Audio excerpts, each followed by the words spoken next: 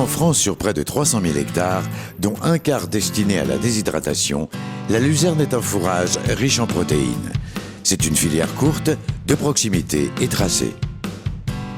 Pas d'engrais azotés, pas de fongicides, 1 à 2 désherbages la première année seulement, la luzerne est une des cultures les plus sobres en pesticides. Elle préserve ainsi la qualité de l'eau.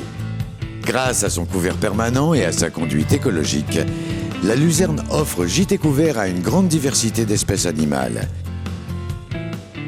Les papillons et les abeilles notamment prolifèrent dans les champs de luzerne, tout comme la microfaune. La qualité et la productivité commencent avec les semences. Les coopératives testent chaque année les nouvelles variétés, pour leur aptitude à résister aux maladies et aux accidents physiologiques, pour leur teneur en protéines, pour leur rendement. La luzerne donne le meilleur d'elle-même sur des sols plutôt basiques et filtrants, avec une bonne réserve hydrique. En France, elle n'a pas besoin d'être irriguée. De la famille des légumineuses, la luzerne fixe naturellement l'azote de l'air pour ses propres besoins. Elle ne reçoit donc aucun engrais azoté de synthèse. Une culture de luzerne est implantée pour 3 années minimum. La luzerne est généralement récoltée 4 fois dans l'année, de la mi-avril à la fin octobre. Les chantiers de récolte se décomposent en plusieurs étapes. La coupe, le séchage à plat au champ durant 24 à 48 heures, l'endénage, puis l'ensilage et le transport jusqu'à l'usine. L'ensemble de ces opérations est délégué par les agriculteurs aux coopératives avec du matériel de haute performance, ce qui permet de maximiser la qualité et la quantité des récoltes. Généralisé en France depuis les années 2010, le séchage à plat permet de rentrer à l'usine un fourrage plus sec. La flotte de camions gérée par les coopératives est géoréférencée, ce qui permet d'optimiser les rotations, d'économiser du carburant, de réduire les délais d'attente du fourrage vert sur le carreau de l'usine avant déshydratation et donc de maximiser sa teneur finale en protéines.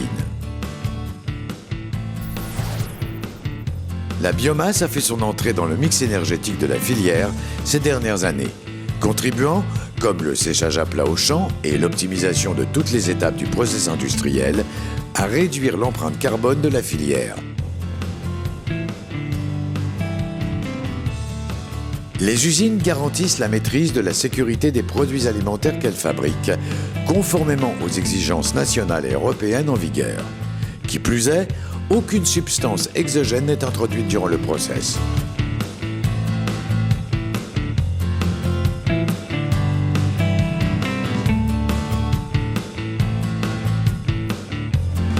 Après déshydratation, la luzerne est conditionnée sous forme de granulés ou en brins longs de 4 à 6 cm. La profession dispose d'une grande capacité de stockage qui lui permet de maîtriser sa distribution.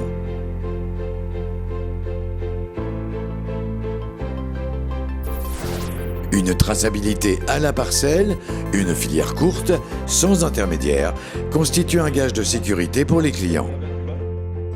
La luzerne déshydratée se décline en de nombreux produits adaptés à chaque segment. Vaches laitières à haute production, brebis et chèvres en zone d'appellation, chevaux. Des concentrés protéiques de luzerne sont également produits pour la volaille. Riche en oméga 3, la luzerne déshydratée améliore les qualités nutritionnelles des produits, lait ou viande, provenant des animaux qui la consomment. Une part de la production est exportée, notamment vers le Moyen-Orient et l'Afrique du Nord, dans des conditionnements et des formats adaptés.